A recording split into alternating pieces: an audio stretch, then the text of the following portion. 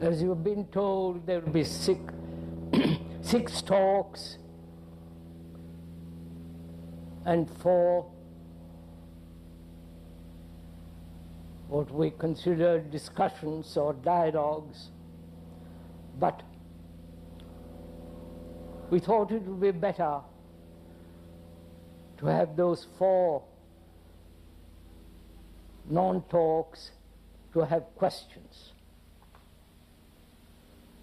I think that would be better than having a dialogue with so many people. Dialogue means really actually conversation between 2 friends, between 2 people. And that is not possible, so we thought it would be good to have questions. You can ask any question you like. The sillier or the most profound questions.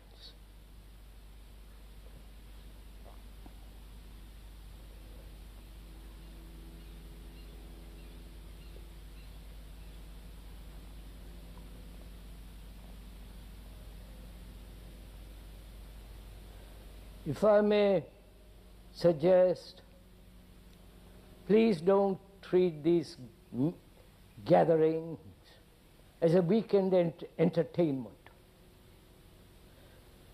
They are rather serious, demanding from each one of us considerable exercise of thought,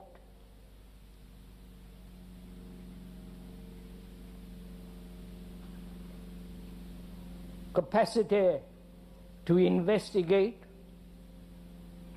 to observe, and during this process perhaps bring about a radical change in the human mind.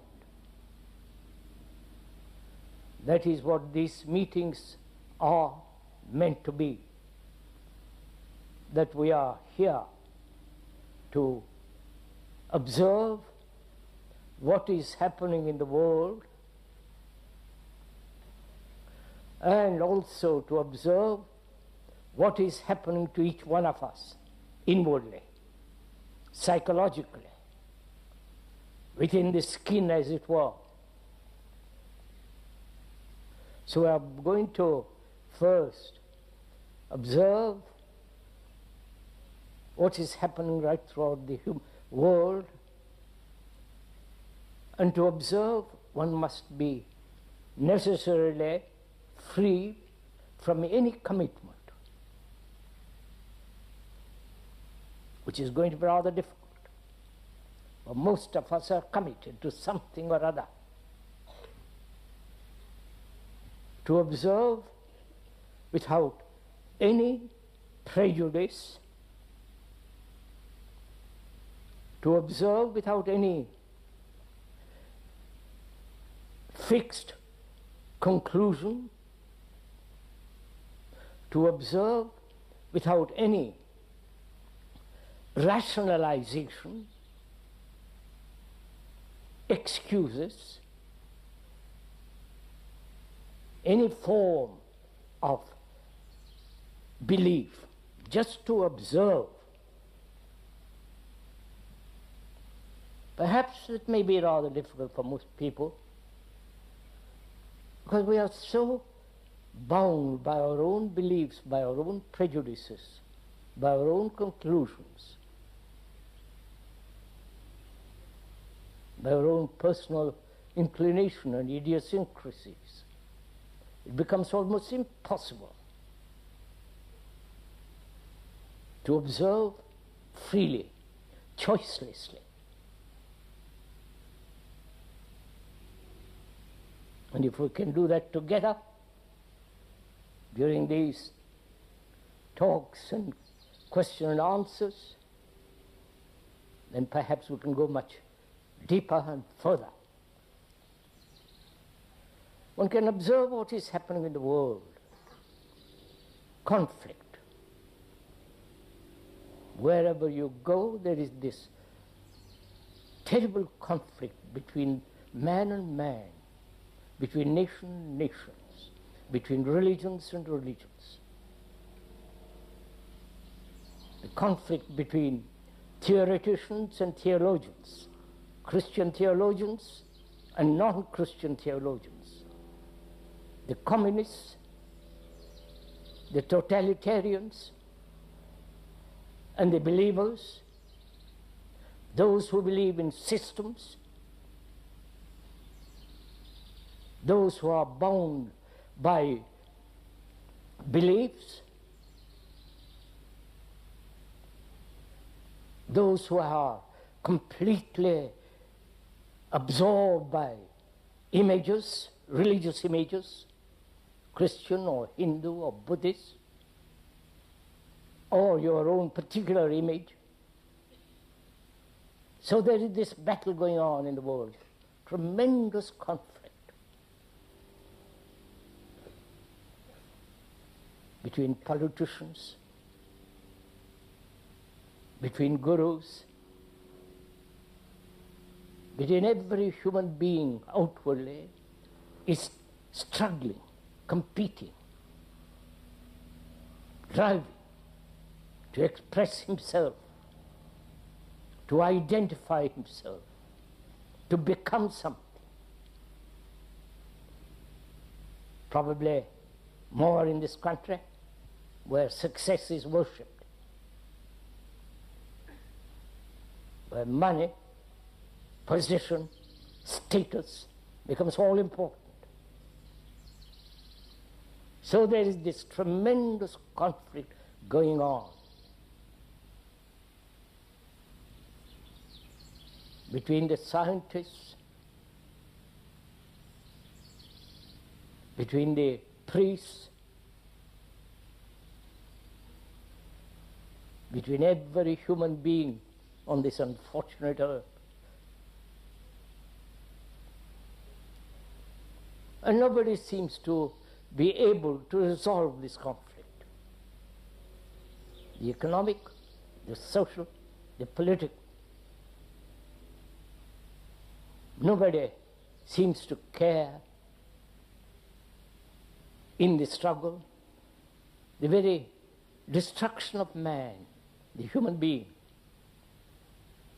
Nobody has applied their mind and their heart to resolve this problem,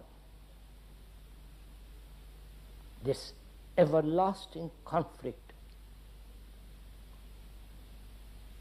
Meditation becomes a conflict.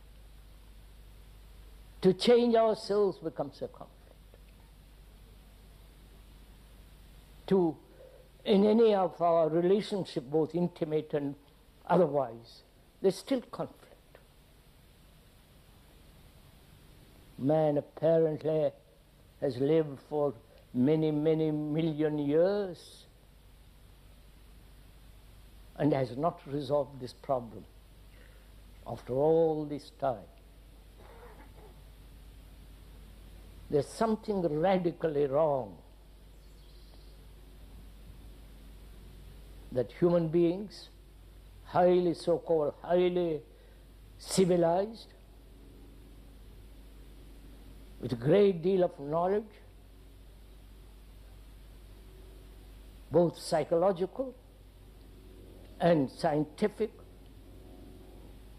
great deal of struggle, wars, tears, misery. Man has not been able, the human beings have not been able to resolve this problem. That is the outward world, what is happening there.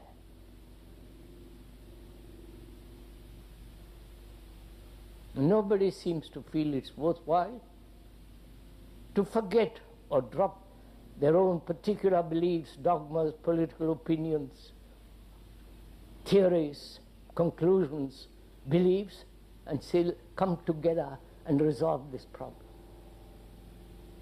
No politicians will do it.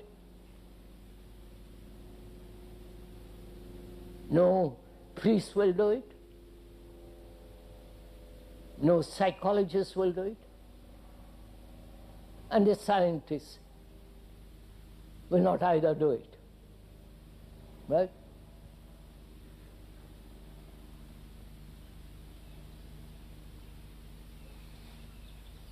Do you understand the question?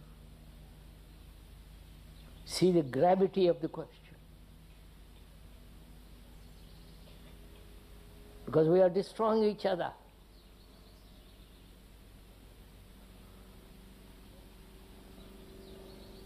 By our very strong beliefs, ideologies, concepts, images.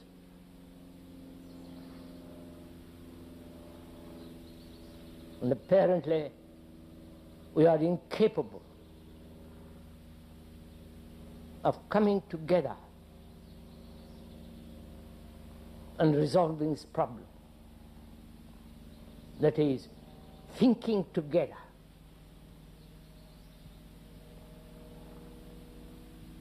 Neither the Republicans nor the Democrats in this country will drop their particular line of thinking or their personal ambitions, the craving for power, position. Because it's only when we all work together, think together, feel together the necessity, the absolute necessity, then perhaps we can resolve the problem.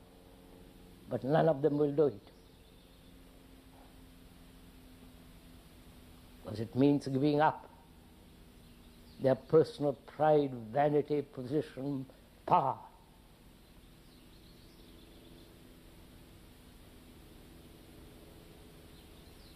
When the world is preparing for war, appalling violence. If you disagree with somebody, they come and shoot you.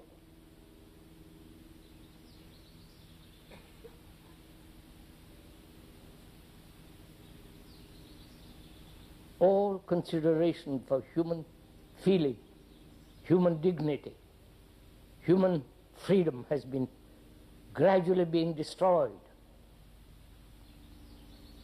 So that is the outward world in which we live. I don't think anybody in his mind can deny all this. And inwardly, in our psyche,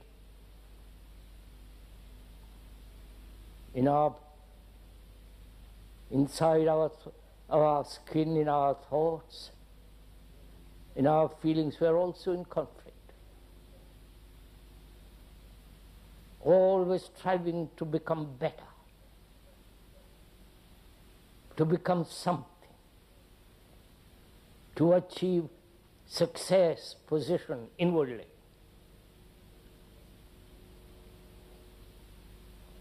This battle is going on inside.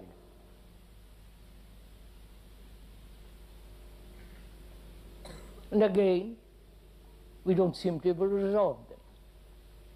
In spite of the psychologists, in spite of the psychotherapists, in spite of the confessions of Catholics, in spite of all the institutions, organization that they have in this country.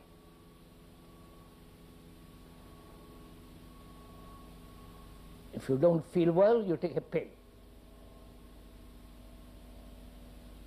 If you can't stop smoking, then people help you to smoke. If you want to talk to God, they'll help you.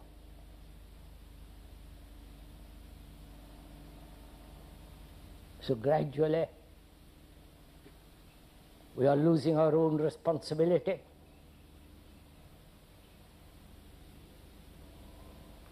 Being responsible for our own actions, for our own mind, for our own body. We are gradually, unfortunately, losing everything that matters. This again is true. We are not exaggerating.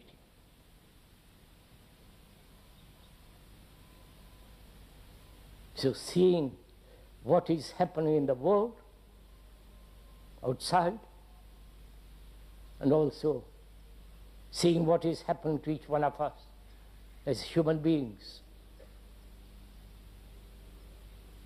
to observe this and seeing the absolute necessity of thinking together. You understand my quote? Thinking together. That is, we have conflict, outwardly and inwardly. And then, unless we resolve this conflict, humanity is going to destroy itself.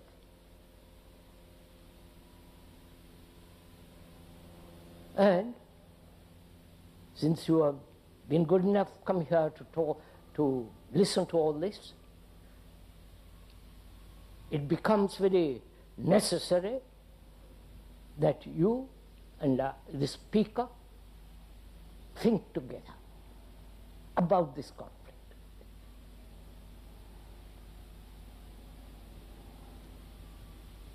Thinking together implies that both of us put aside, if we are serious, if we know what is happening in the world, if we are responsible for all the things that human beings have done, and feel the necessity of bringing about a radical change in the human psyche, because society cannot be changed unless each human being changes. Seeing all that, we must think together. I do not know if you have observed how difficult it is that two people can think together.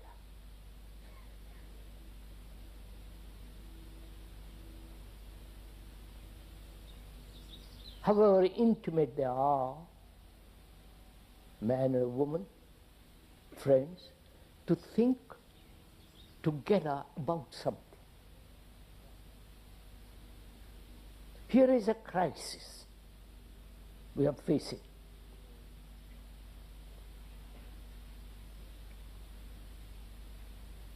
Not merely a political economic crisis, but much deeper crisis. The crisis in our consciousness, the crisis in our minds. And can we, you and the speaker, think about that together? That is, you give up your conclusion, your position, your beliefs, your personal psychological commitments, and the speaker does it, so that both of us meet so as to think together whether it is possible to resolve this conflict. You understand my question?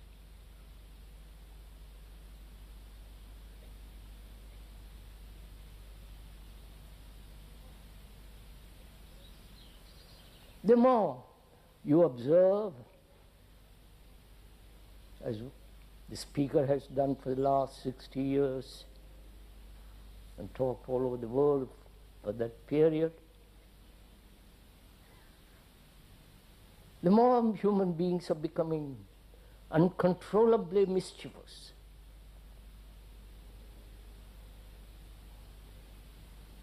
More violent. asserting their own independence, each one, doing what he wants to do, driven by his own pleasure, doing his own thing, as called in this country.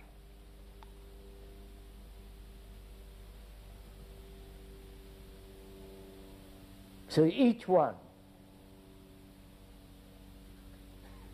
is isolating himself and forgetting the rest of mankind. This is happening, again, if you observe carefully, both in yourself and the world.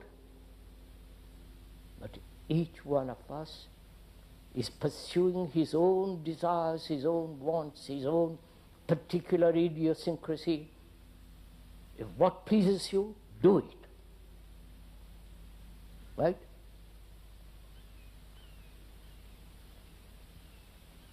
So can we, at least for an hour, and perhaps for the rest of our life, think together. There is thinking together about something, right? We do think together when there is a crisis, like terrible war. Then we forget our own particular nonsense, and the threat of something much greater as war brings us together. I mean, that's obvious. And anybody who disagrees with that is either shot, sent to prison, or called a coward, conscience objectors, and so on. So apparently, a great crisis brings human beings together in the name of patriotism, in the name of God, in the name of peace, and so on. But we have no visible, actual crisis as war now, fortunately. And so, each one does what he wants.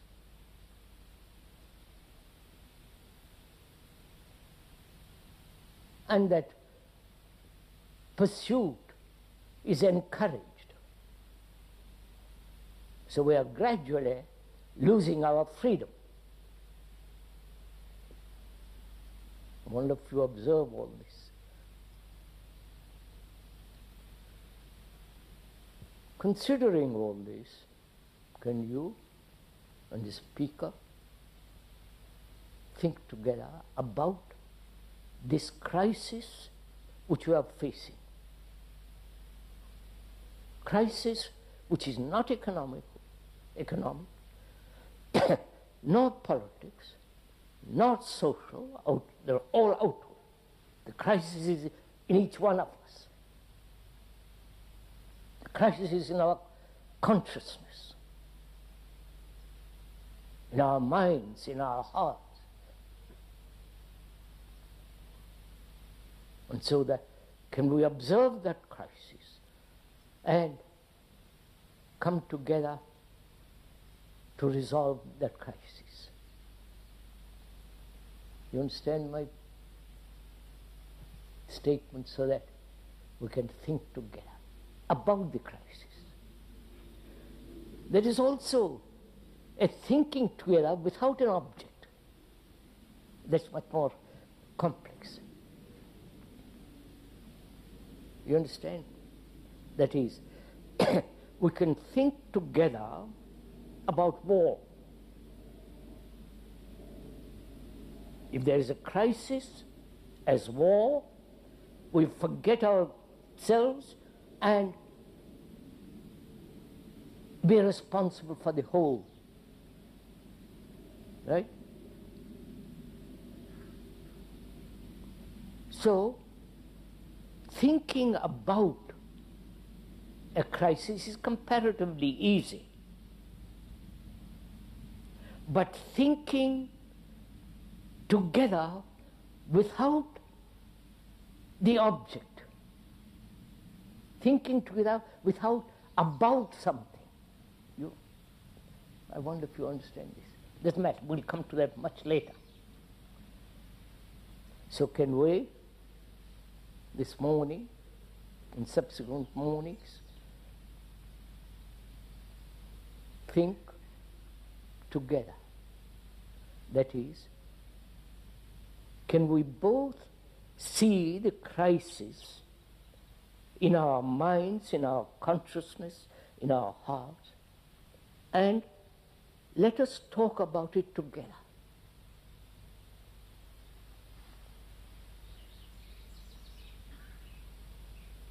As it's impossible to talk together with so many people, the speaker will talk about it as though he were talking to two people.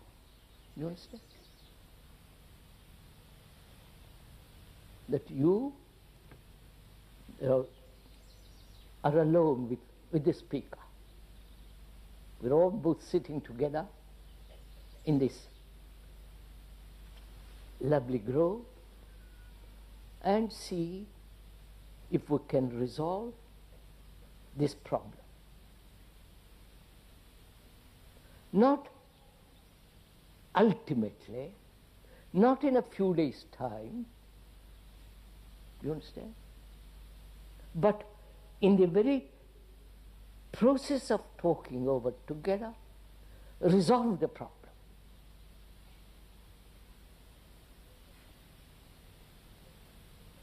That is, our brain has evolved through time, right? That brain is not your brain or my brain, it is the brain of humanity, right? I wonder if you're following on. But what we have done is narrowed down that enormous capacity of the brain, evolved through time, to the narrow little brain of the me. You understand? The me with my little problems, the me with my quarrels, the jealousies, anxieties, competition, my success, I must do this, I must not. You follow? This enormous capacity of the brain, which has evolved through millennia upon millennia, has been reduced to something tawdry. Something that is, rather dirty.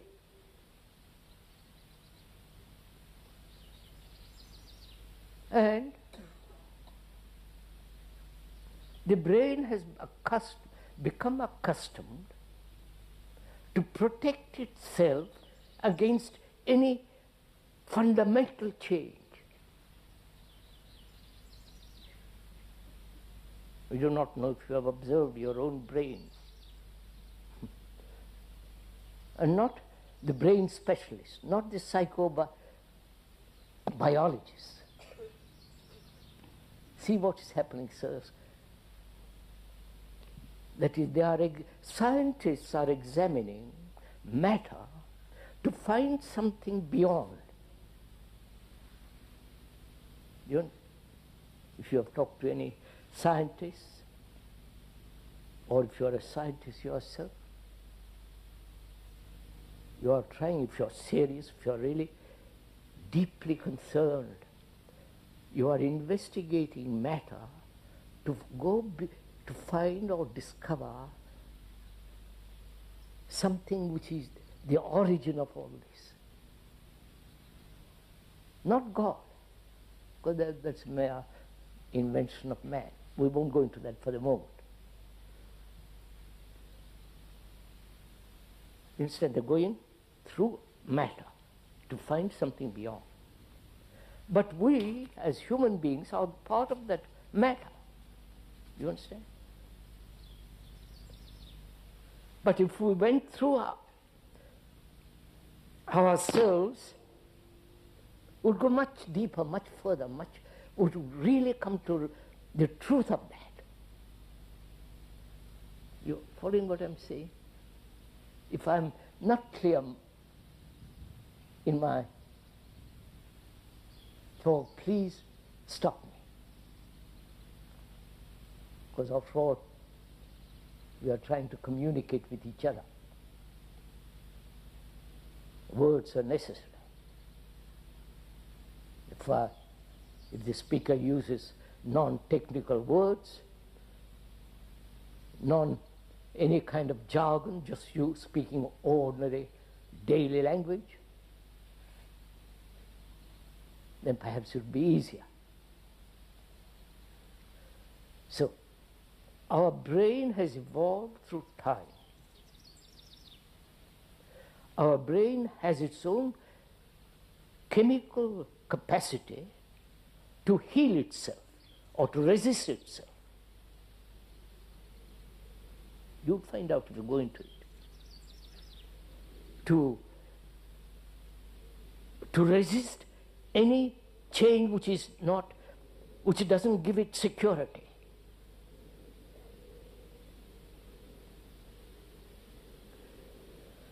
And this brain, which is the essence of time, you understand what it is? I wonder if you, need I explain all this? I'll have to, I see, all right. Which is the essence of time, because it is the result of time, of many, many, many million years. It has established certain grooves, certain way of thinking,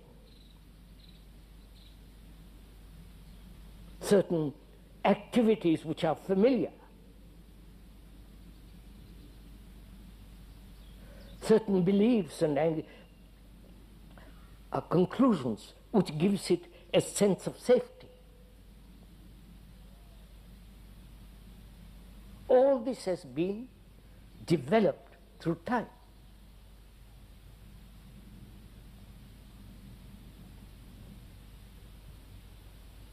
And we are saying, please listen to it, we are saying, unless the capacity of that brain which has been conditioned according to certain concepts, beliefs, ideas, theories, by the theologians and so on,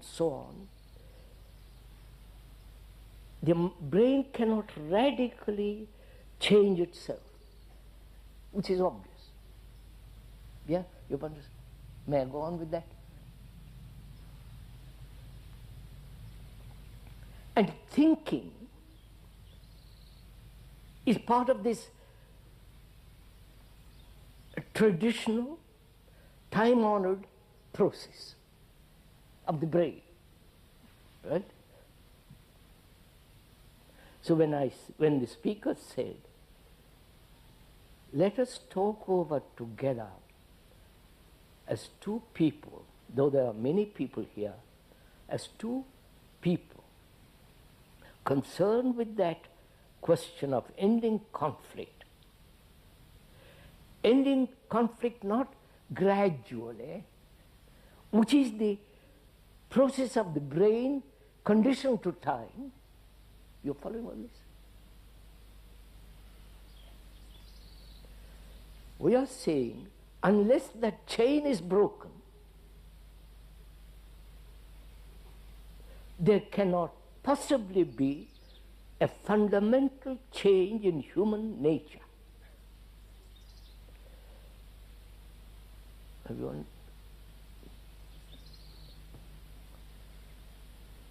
If you have observed your own brain in operation, not from books, They may help, but essentially the books, the writers about the brain and the investigators and so on, they don't investigate their own brain. They investigate the brain. I don't know if you're following all this. We, if you're serious, we are investigating our own brain. Not the brain according to some psychologists, neurologists, psychobiologists, and so on, so on, so on. And then if you examine it, according to the authority, it's the authority you are examining, not your brain. Vous avez compris? I mean, you've understood? Is this clear? Please, this is very important. Because we are all so learned. We have read so much, or been told so much, that we depend on others to tell us what to do, how to feed your baby, how to walk, it's how to run, you follow? They tell you everything.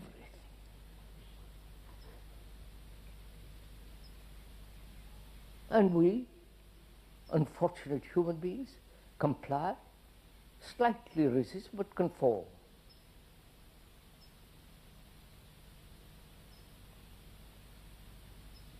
And as the speaker doesn't read any of these books, but has talked a great deal to other professors, psychologists, and scientists, and has observed the activity of his own brain, which is the brain, the activity of the brain is the reactions, the responses, the sensory response, the shock, you follow? All that to observe. Not second-hand, but actually. Then you have an extraordinary vitality. Not to do mischief. Extraordinary vitality of the brain.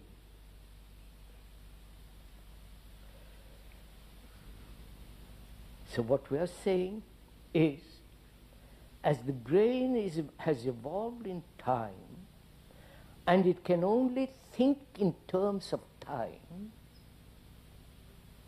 that the crisis will be resolved. The moment you use the word will be resolved, you're already thinking in terms of time. I don't know if you follow this. Right? Conduite. So you and I will talk together.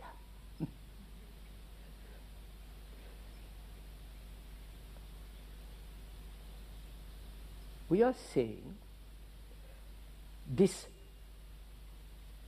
activity of the brain which has been cultivated through time can be broken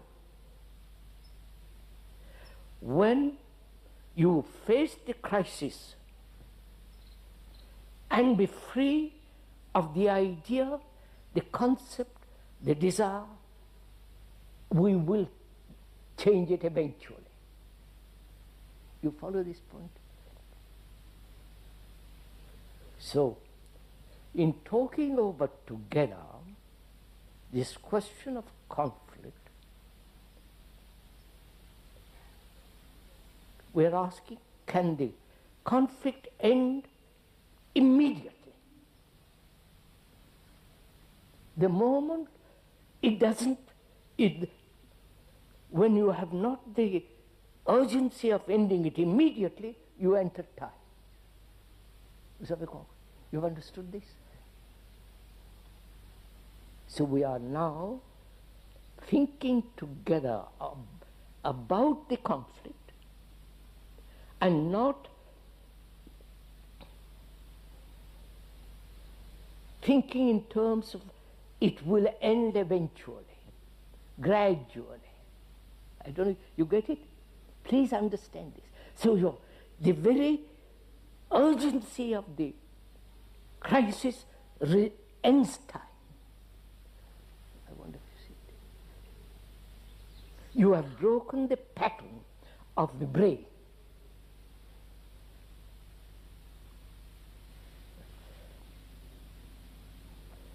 Or you're doing this as we are talking, or you are just listening to some kind of talk as an idea. You understand?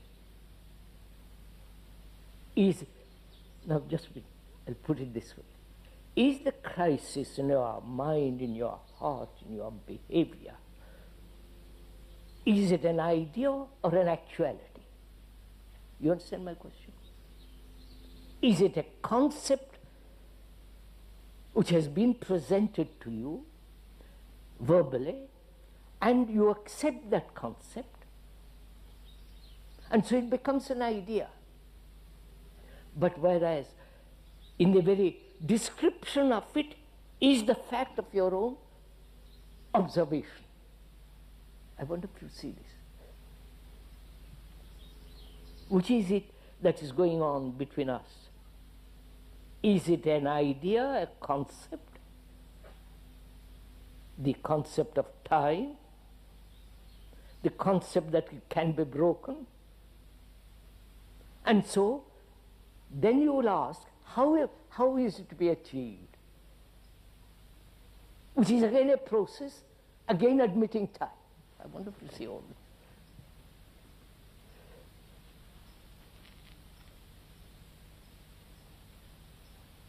You know, take for example, the speaker personally doesn't like taking examples. They're rather easy way out.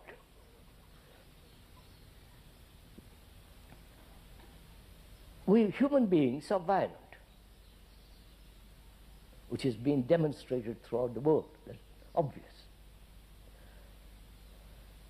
Violence derived genetically from the ancient times, from the animal and so on and so on.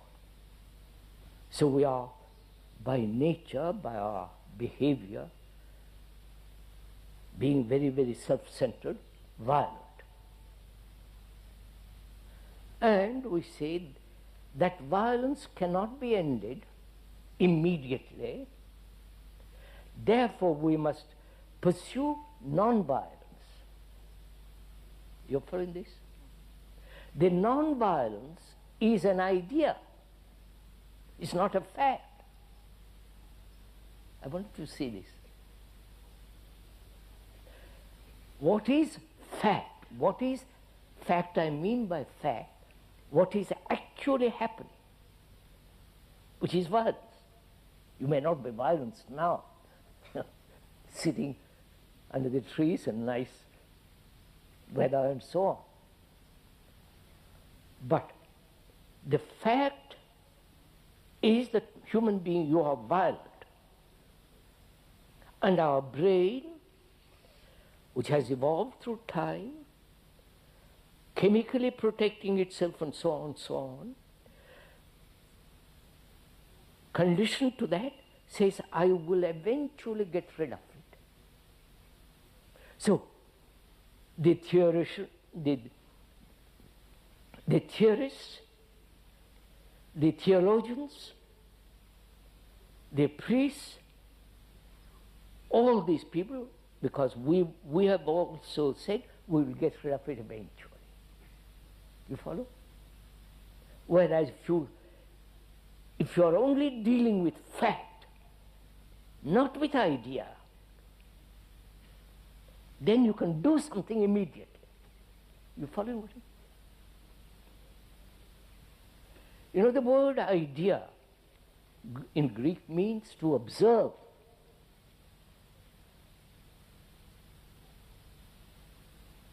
You follow?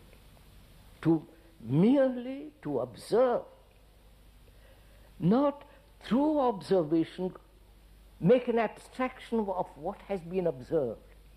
You understand? I wonder if you're following all this.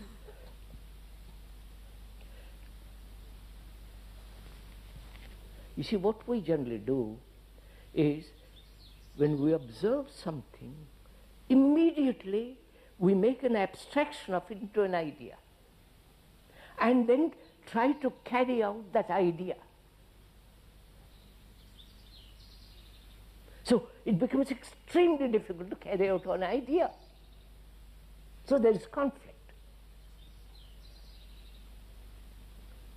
Whereas one is only observing what is actually happening,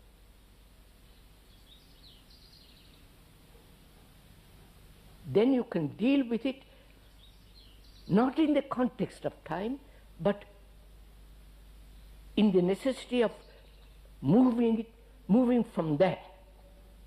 I want you to follow this. So if you don't follow, sir, let's go on. At least some of us will. And so together, we are thinking about the ending of this conflict. Not day after tomorrow or next week, but immediately.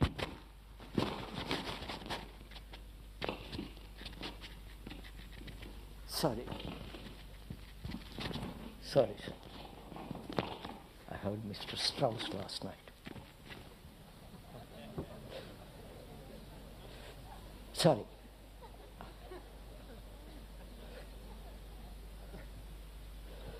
That's his boss.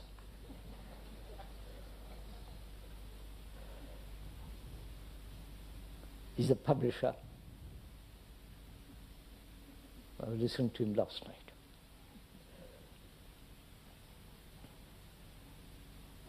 So if we understand this, then let's think together.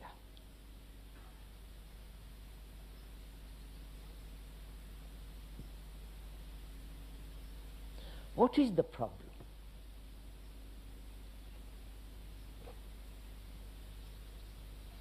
Because in understanding the problem, the answer is in the problem, not outside the problem.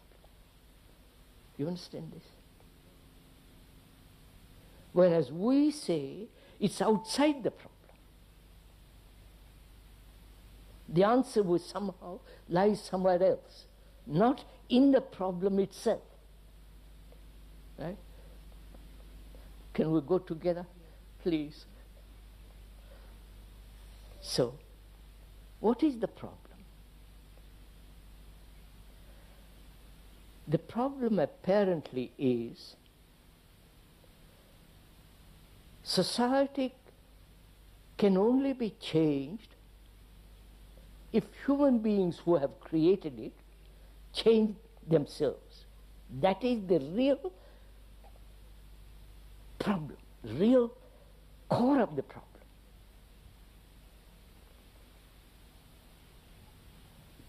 Right? Society, which is corrupt, which is immoral, which is ugly, there is injustice, cruelty, the rich and the poor, you follow? All that. The society, which human beings have created it, not God, not some outside agency, but human beings have created it. Created the division, the national division, religious divisions, economic divisions, so on, so on, so on. Humanity has created it.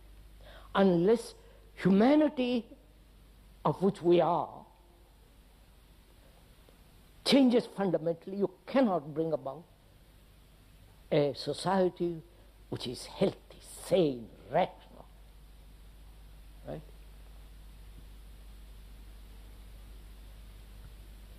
The materialists won't accept this. They say, change the environment, then man changes. That is the totalitarian attitude. That is their whole historical, experimental approach. Change society, make laws, rules, control thought. Don't let them be free. Change that, and then man, who is also purely material, will change. Right? What we are saying is totally different. Which is humanity has created society. Unless humanity, each one, human beings, change, society cannot be changed. Which is being proved in the totalitarian world. The more intelligent you are in those states, the more you revolt against all that. And so you are either sent to concentration camps or expelled from the country.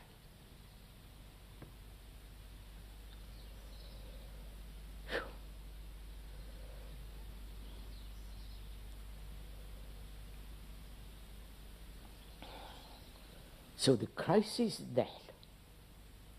Now, how does each one of us, please listen to this for a few minutes, how does each one of us approach this crisis? You understand? Approach this fact that human beings have created society. Society cannot change by itself, because society is part of human beings. Unless human beings fundamentally change, society cannot change. That is the real core of our problem. And how do you come to that? You understand? Is it a mental, rational conclusion,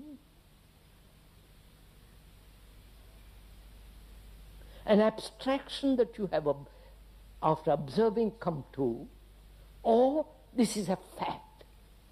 You see the difference? Is it a concept, an idea, or a fact for you? If it is a concept, then see what happens.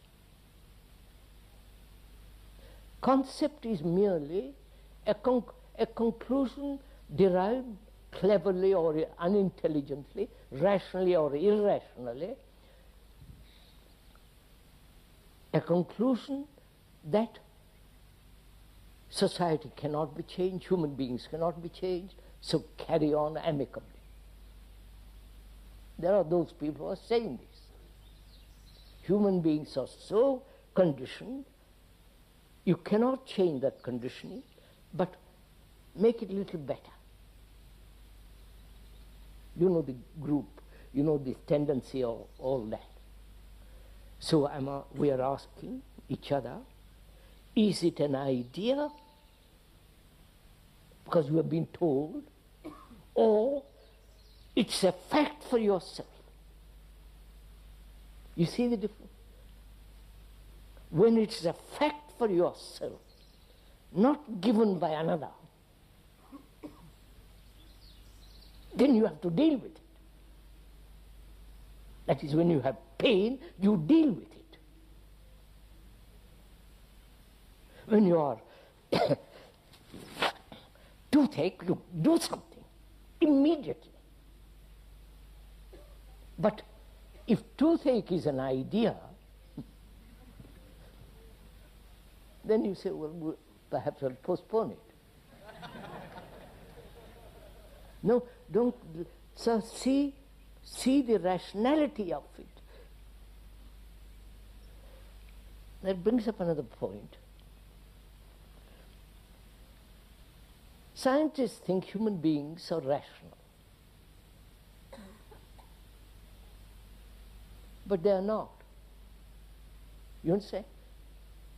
The fact is human beings are irrational.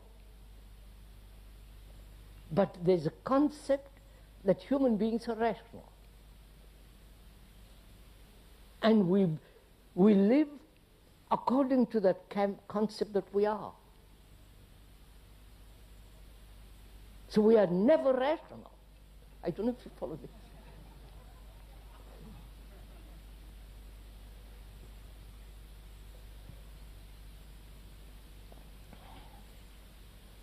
What time is it, sir?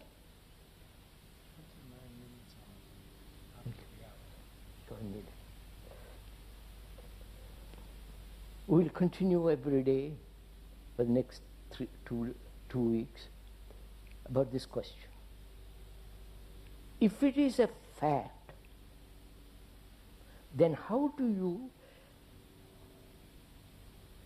conceive, no, how do you look at that fact? You understand? How do you come to the fact?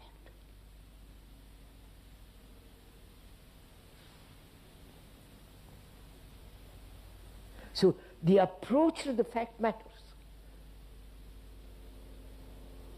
Is your approach rational or irrational? Is your approach pessimistic or optimistic? Is your approach based on hope, desire, and so on? If it is, your approach has already been dictated.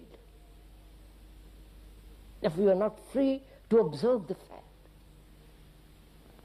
You're following? See, sir, this is enormously difficult. You can't, this isn't a thing you play around with.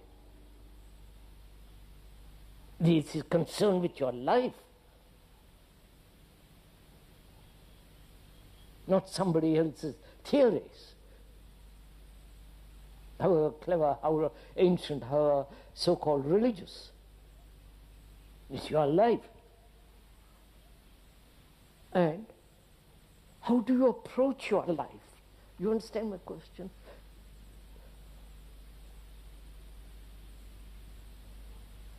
Is your approach conditioned according to your education? Examine it as we go along. According to your social position? According to your immediate demand? Or your approach based on you believe in Jesus or Buddha or somebody? That is your approach to the problem imaginary? You understand? Because we live with images. I don't want to complicate this thing. Our whole life is formed through images.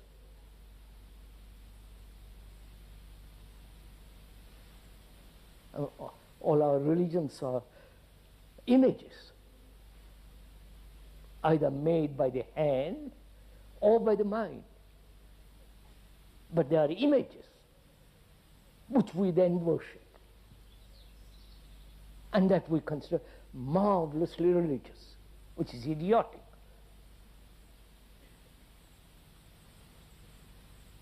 So, is our approach free from our conclusions, from our experience, from our knowledge? If it is from our experience, from our knowledge, you have already answered the problem, which will be according to time. You follow on? Which will be according to your conditioning. But if you come to it freely to observe, then there is immediate action.